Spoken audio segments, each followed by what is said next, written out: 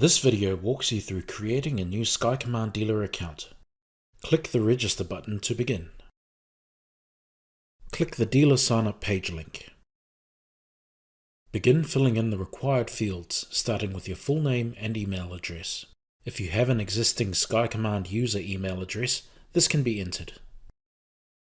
Enter your company name as shown on your ABN or NZBN company registration.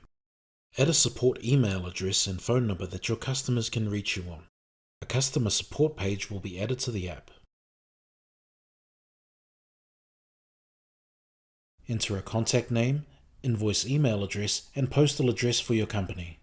All invoices for SkyCommand services will be sent to this email address.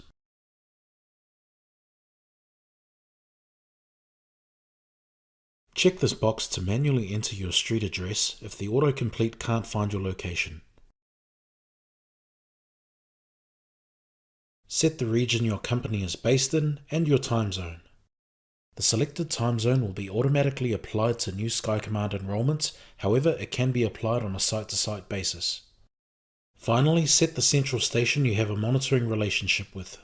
We can use this information to link your devices from that monitoring station back to your SkyCommand dealer. Click Create to complete.